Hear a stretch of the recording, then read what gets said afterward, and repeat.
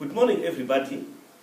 Our topic today is beyond the thinking and doing dichotomy, and it is a topic which is very interesting from a cybernetic point of view.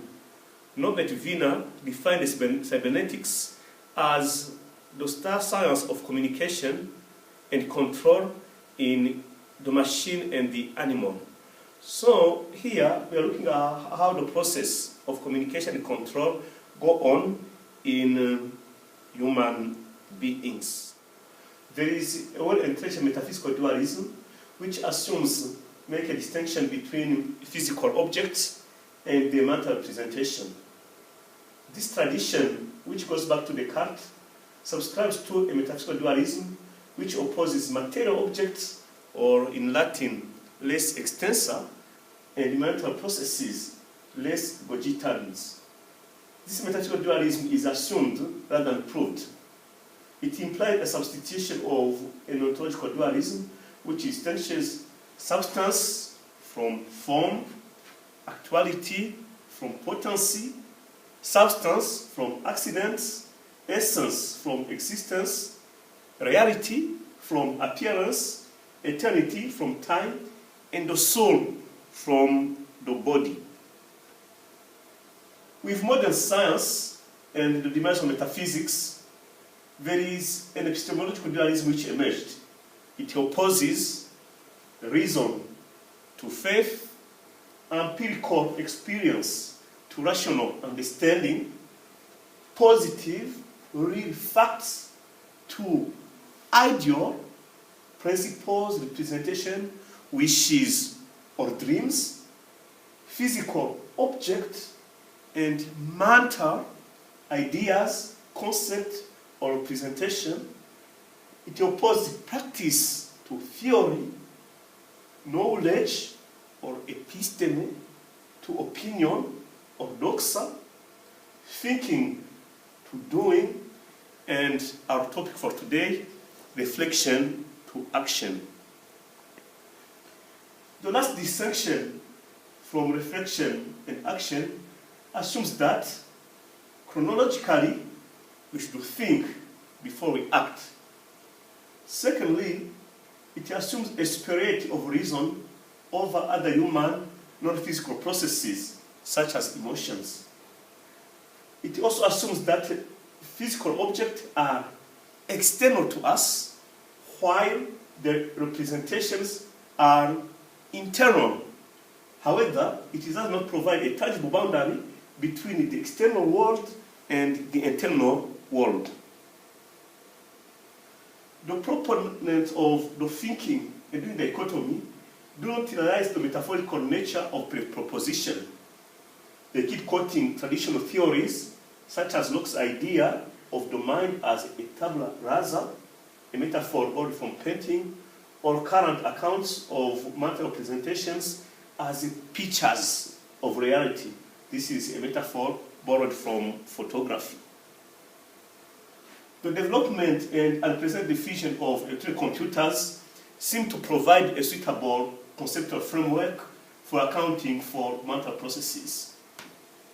Ignoring the metaphorical dimension of previous accounts, some scholars are quick to suggest a computational theory of the mind, the Churchlands, for instance.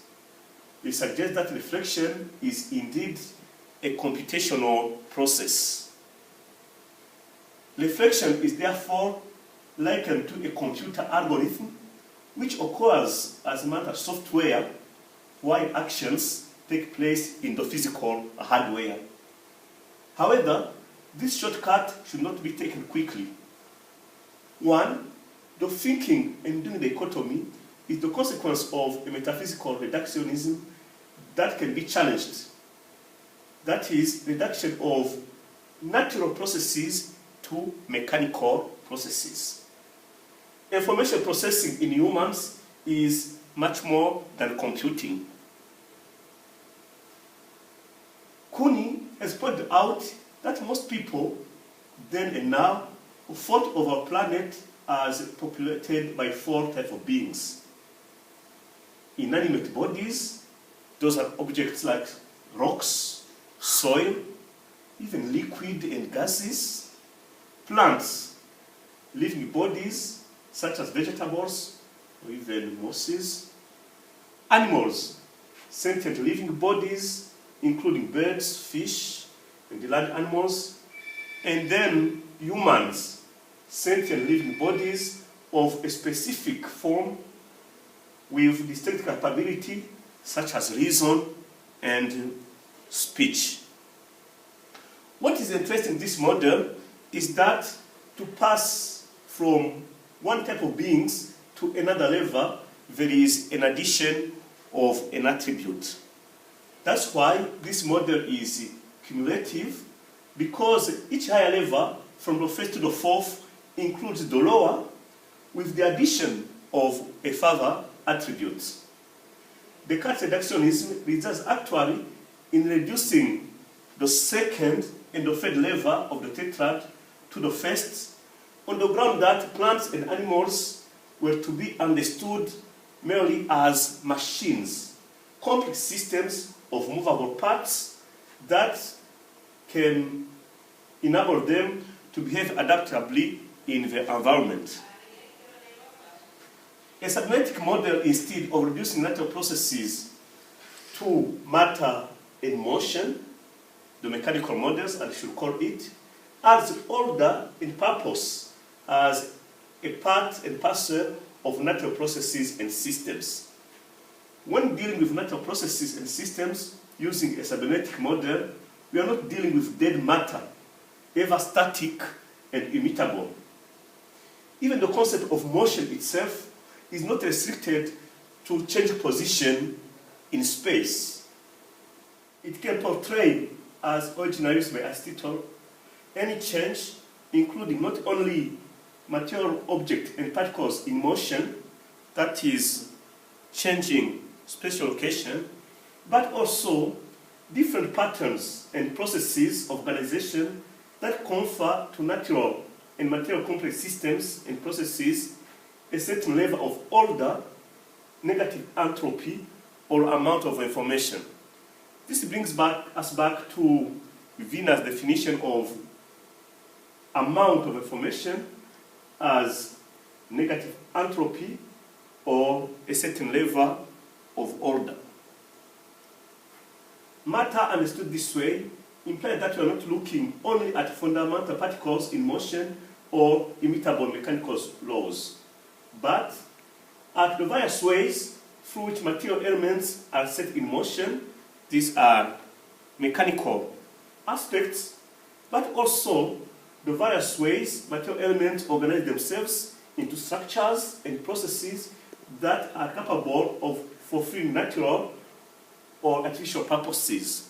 I've underlined purposes here because of the teleological nature of cybernetics as a theory. In addition to looking at matter, therefore, from the point of view of its nature, that is, substance, a cybernetic model is open for a possibility of adding structure, behavior, function, or purpose as significant aspects of reality. Reality, therefore, is not reduced to its mechanical aspects, that is understood in terms of matter in motion or matter in motion, as Newton's physical laws postulates, as material elements organize themselves into structures, systems, and processes with a certain degree of order. A certain degree of order implies negative entropy or a certain amount of information. They are both significant, that implies that they yield some meaning, and they are useful, so they yield some value. In a way that they can serve various purposes. The purpose is key again because of it is key to cybernetic theory, pertaining to the intelligent life we associate with the mind. There is a need for a paradigm shift from mechanics to cybernetics. Mechanics define reality in terms of matter and motion. Cybernetics define reality in terms of a mechanical component, a material, matter and motion, what we call hardware. But that is not enough. There is also a logical and symbolic component or software. Since cybernetics includes mechanics in its explanatory model, cybernetics is a more general conceptual framework than mechanics. Nevertheless, the Cartesian model is well entrenched in both academic and non-academic setups. Common wisdom suggests that we should think before we act or speak. This elevation of thinking over other human abilities is linked with Descartes' maxim, cogito ergo sum, or I think, therefore I am. However, current research in neurophysiology and the cognitive and behavioral sciences have demonstrated that humans are endowed with multiple intelligences. This is research by Gardner, but also Sternberg's triarchic theory. Moreover, caricature representation of academics shows that a good intellect in terms of academic achievement is not a guarantee of wealth, health, and happiness.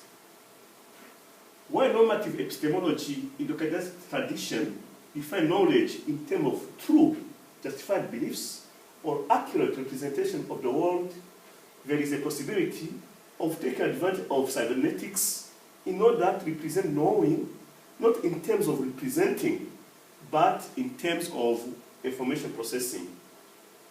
Information processing in this context can be defined as accumulating insights through enriching the immediate data of experience with meaning and value and subjecting them to purposes. Normally in a business setup, the purposes are mainly decision making and problem solving. This model finds its ancestry in Bernard Lonergan's 1957 book, part of entitled Insight, a study of human understanding, and his transcendental method that he presented in 1972 in his method in theology. Lonergan's epistemological model has been systematized as follows. It shows that humans process information in 4 ways, mainly experiencing, understanding, judging, evaluating, choosing, then deciding and acting. It takes us back to the concept of the emotional level, which is pathos, where we get words like sympathetic, the intellectual level, which is logos, where we get words like logic, or some academic discipline like psychology, the logos of the psyche, ethos, this is about value, evaluating, and praxis, this practical knowledge. And this model, what is very interesting, this model, is that it puts all the former dichotomies into an order of succession rather than an order of opposition. But also, this model is recurrent and it focuses on various aspects, whether it focuses on structure, behavior, or the purpose. This model suggests that human knowledge comprises 4 differentiated but integrated operations, as experiencing, understanding, judging, and acting, but also human knowing occurs at 4 levels of consciousness, namely the empirical, the intellectual, the evaluative, and the pragmatic.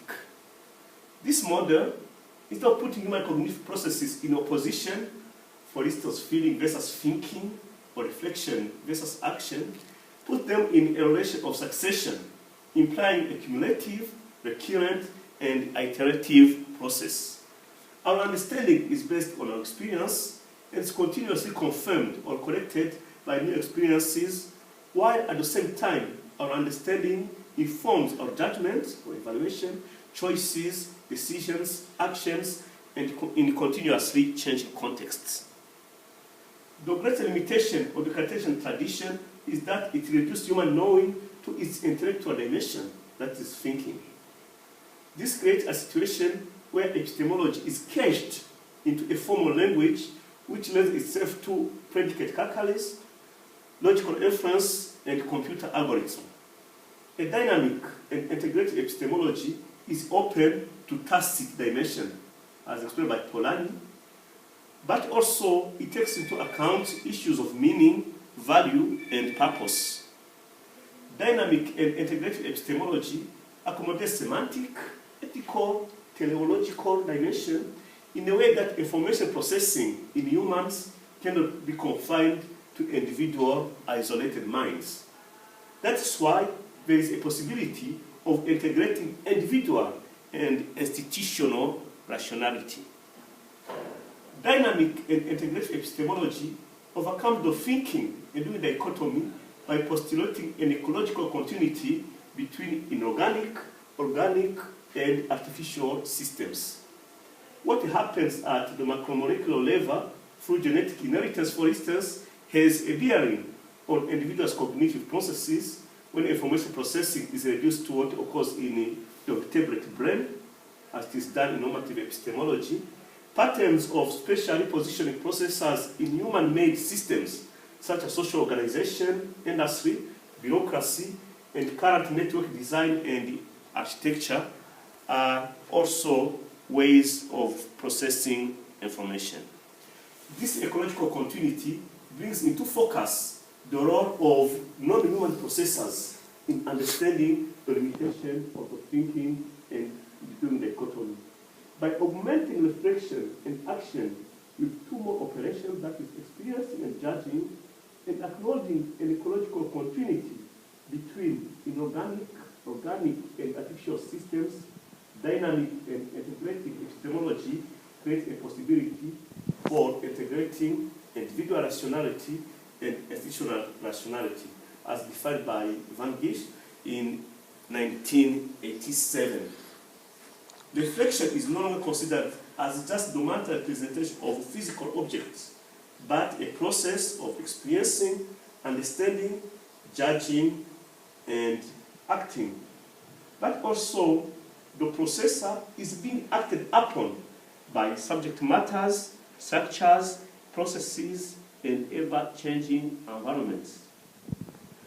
Details of these ideas can be found in my earlier work, like the article in the International Journal of Interdisciplinary Social Sciences in 2010, my doctoral thesis in 2011, and two more papers in 2014.